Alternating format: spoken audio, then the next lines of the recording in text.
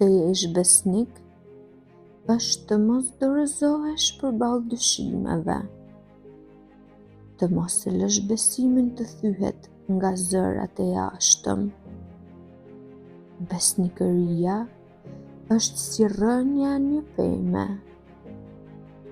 Nuk shikohet, por mban të fortë gjithçka që rritet mbi të. Ajo kërkon durim, mirësi dhe zemër të pastër. E në fund, ajo shpërblehet me dashuri të sinqertë dhe lidhje që zgjasin për jetë.